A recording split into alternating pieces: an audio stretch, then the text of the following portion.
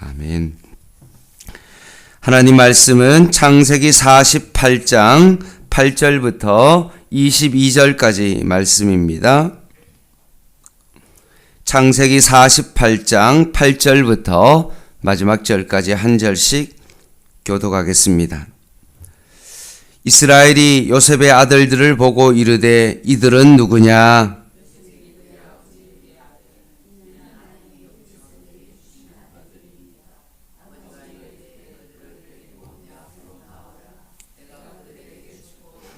이스라엘의 눈이 나이로 말미암아 어두워서 보지 못하더라.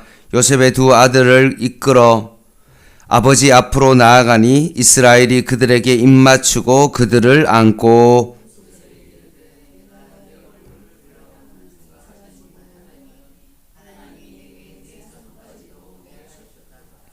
요셉이 아버지의 무릎 사이에서 두 아들을 물러나게 하고 땅에 엎드려 절하고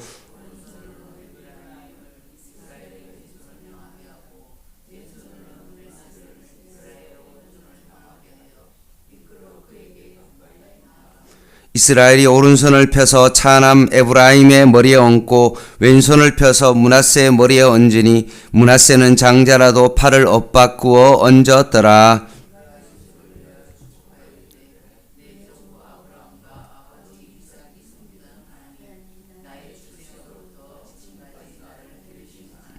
나를 모든 환난에서 건지신 여호와의 사자께서 이 아이들에게 복을 주시오며 이들로 내 이름과 내 조상 아브라함과 이삭의 이름으로 칭하게 하시오며 이들이 세상에서 번식되게 하시기를 원하나이다.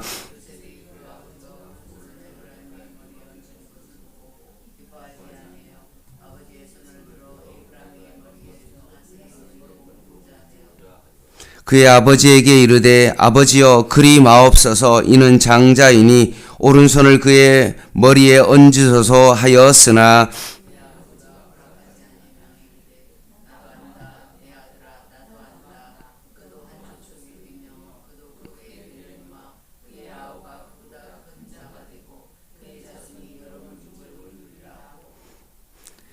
그날에 그들에게 축복하여 이르되 이스라엘이 너로 말미암아 축복하기를 하나님이 내게 에브라임 같고 므낫세 같게 하시리라 하며 에브라임을 므낫세보다 앞세웠더라.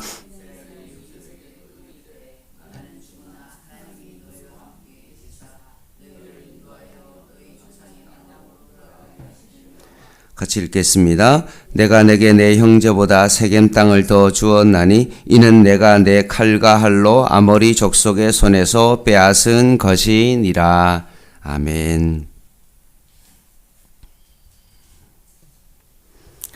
어제 봤던 말씀처럼 요셉의 두 아들을 야곱이 손자인데 오히려 양자를 삼고 아들로 삼아 그들을 하나님의 축복의 대열로 승격시키는 장면을 어제 보았습니다. 야곱은 자신의 죽음이 임박함을 감지하고 요셉에게 유언적 당부를 합니다. 하나님의 언약을 전수하고 요셉의 두 아들을 이스라엘 공동체로 삼아 전달된 하나님의 은혜를 선포하는 일이었습니다. 야곱이 이런 축복하는 가정 속에 독특한 행동을 하고 요셉에 대한 반응이 오늘 본문 가운데 나옵니다.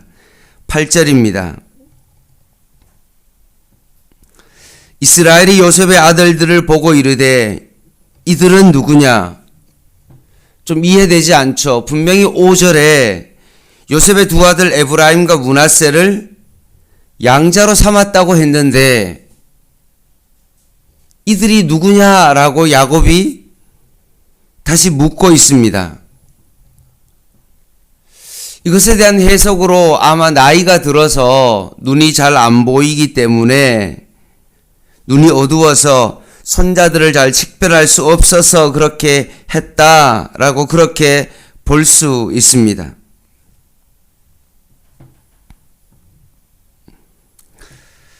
과거 아버지 이삭도 에서와 야곱을 잘 구분하지 못한 채 복을 빈 것과 마찬가지로 야곱도 이렇게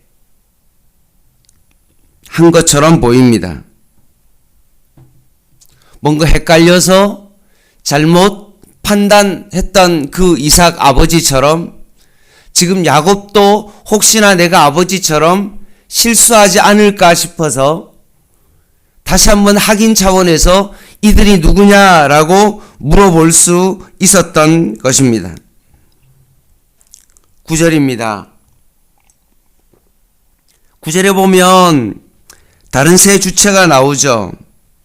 누가 나오냐 하면 요셉의 두 아들과 요셉과 하나님이 나옵니다.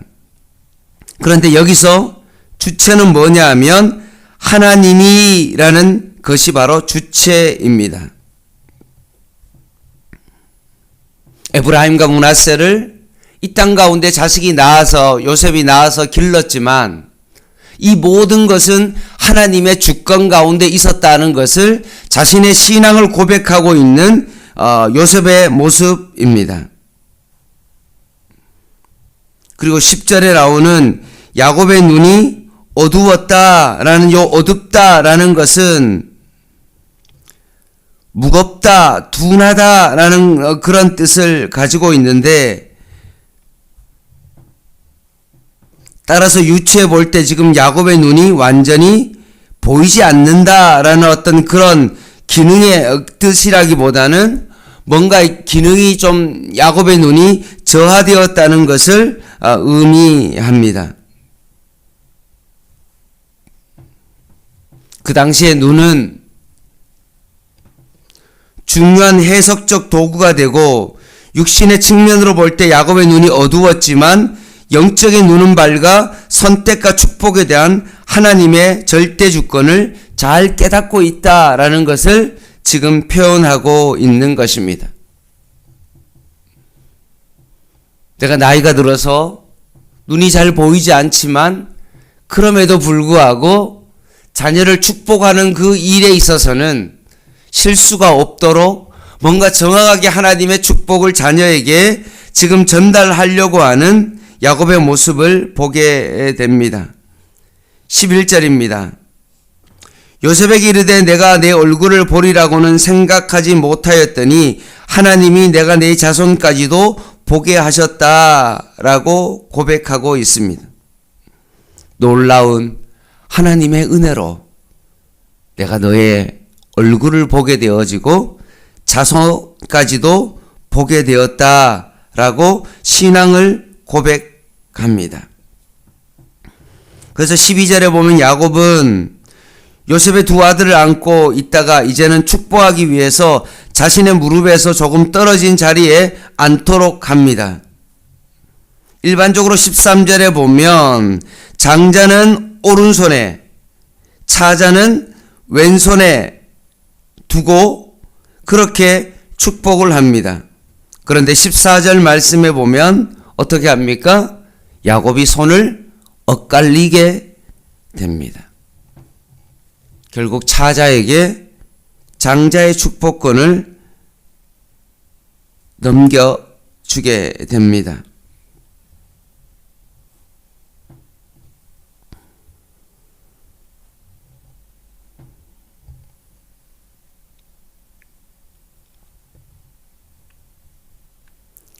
므낫세는 창세기에 나오는 장자의 대열 가운데 특별히 가인과 같이 이스마엘 같이 에서 같이 루벤과 같은 그런 처지가 됩니다.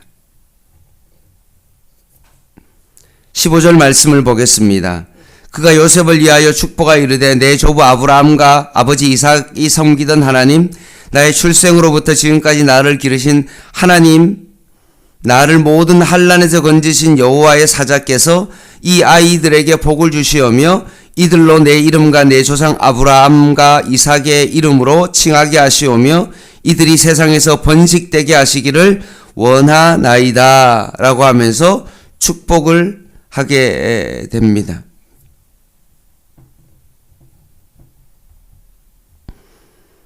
아브라함과 이삭에 섬겼던 하나님께서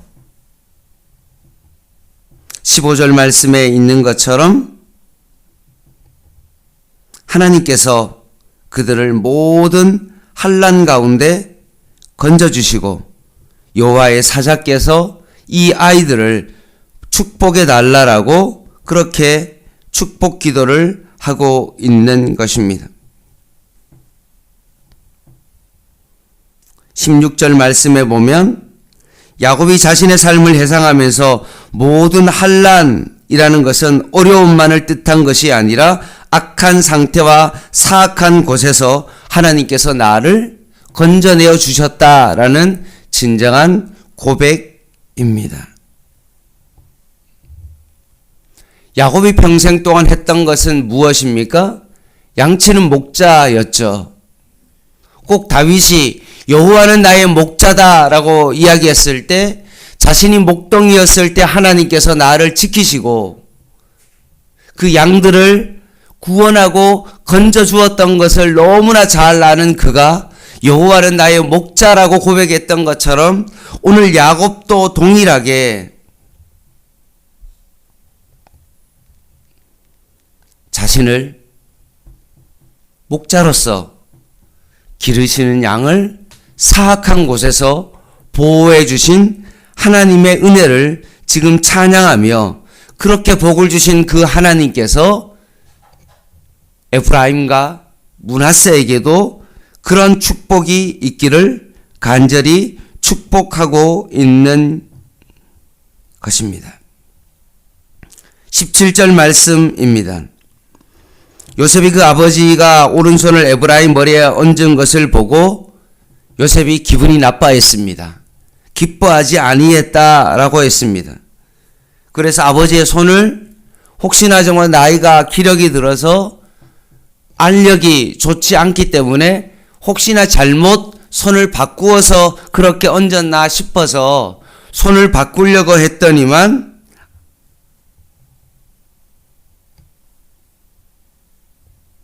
19절에 보면 그의 아버지가 허락하지 아니했다라고 고백합니다. 내가 너무나 잘 알고 있다라고 그렇게 말하면서 에브라임에게 장자권을 주는 것이 아무런 이상이 없음을 다시 한번 확신하고 있는 것입니다. 이것이 출애굽 이후에 첫 번째 인구조사에서 이 야곱이 에브라임과 므낫세에게 한 이 축복이 결국 이루어지고 다른 어떤 지파보다도 에브라임 지파가 그리고 므낫세 지파가 인구가 많은 이유가 바로 야곱의 이런 축복을 했기 때문에 그렇습니다. 큰 자가 되었다는 것이죠. 20절 말씀 한번 보겠습니다.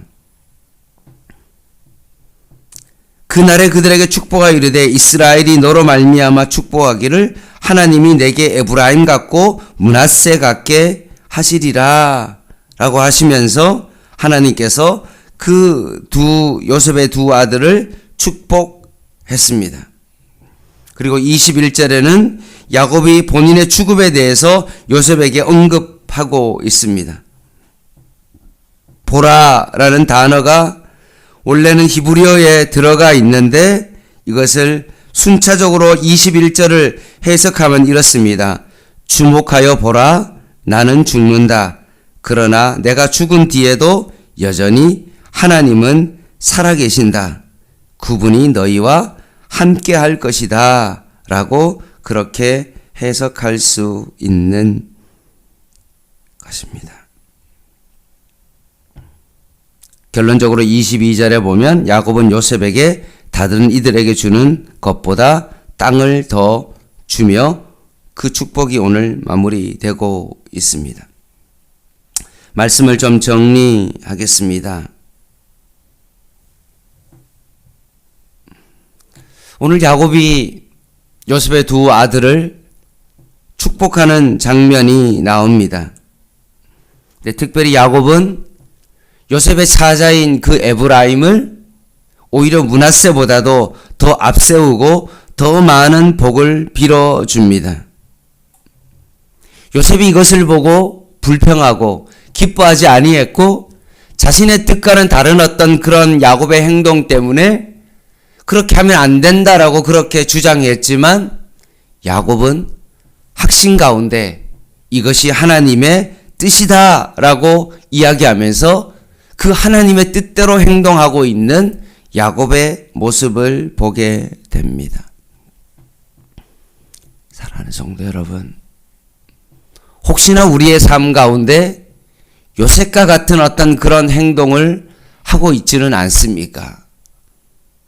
뭔가 내 생각대로 하나님께서 움직여 주기를 원하고 내가 원하는 대로 무엇인가 이루어지지 않을 때 그 일에 대해서 기뻐하지 아니하는 요셉의 모습을 보고 있지는 않습니까? 혹시나 이것이 내 뜻과 다르다 할지라도 만약에 그것이 하나님의 뜻이라면 나에게는 므낫세를 먼저 오른손으로 축복해 주기를 원하지만 그것이 하나님의 뜻이 아니라 에브라임에게 하나님의 축복을 해주는 것이 맞다면 과감하게 그 뜻 가운데 순종하는 삶이 우리에게 필요한 것입니다. 나의 뜻을 간철시키기보다는 하나님의 뜻이 어디 있는지를 바라보며 그 뜻 가운데 순종하며 나아가는 그런 자세가 우리에게 필요합니다. 오늘 공휴일 하루 살아갈 때 과연 하나님의 뜻은 어디 있는지를 늘 깊이 바라보고 내 생각대로 되지 않는 그 일들을 바라보며 하나님의 뜻은 어디에 있는지를 깊이 그것을 묵상하며 하나님의 뜻 가운데 순종하며 오늘도 살아가는 저와 여러분 되시기를 주님의 이름으로 간절히 부탁을 드립니다. 기도하겠습니다.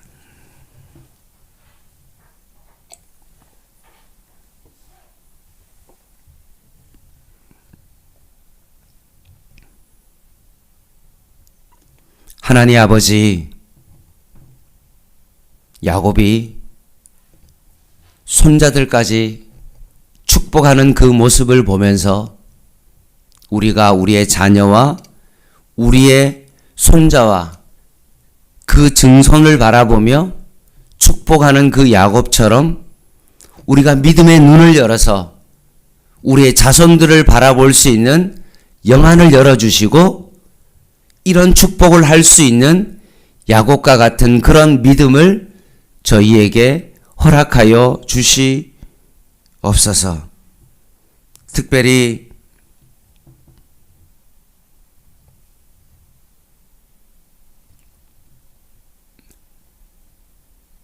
하나님의 뜻이 어디 있는지를 바라보며 자신의 뜻을 온전히 내려놓고 하나님의 뜻 가운데 온전히 순종하며 믿음으로 나아가는 저희들의 삶이 되게 하여 주시옵소서.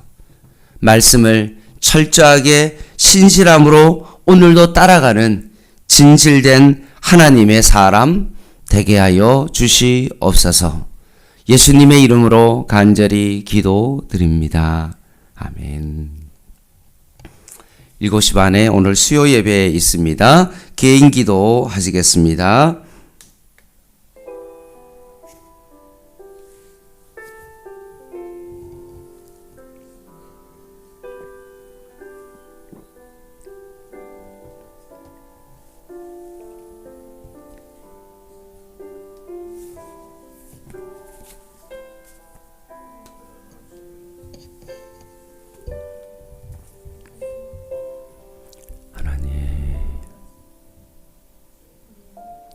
우리의 눈을 열어 자식만 바라보는 것이 아니라 손자들까지 바라보며 그것을 축복하는 그 야곱의 모습을 통하여서 우리의 다음 세대를 바라보며 믿음으로 축복하는 삶을 살게 하여 주시옵소서. 당장 우리의 눈에 그것이 보이지 않을지라도 믿음으로 야곱이 손자 에브라임과 므낫세를 축복했던 것처럼 우리도 손자들을 축복하며 그들의 삶을 하나님 앞에 맡기며 하나님의 뜻 가운데 순종하며 죽음을 앞두고 하나님 축복하는 야곱의 모습이 저희들에게 있게 하여 주시옵소서. 오늘도 하나님의 말씀 가운데 순종하게 하시고 주님의 뜻 가운데 오늘도 살아가게 하여 주시옵소서.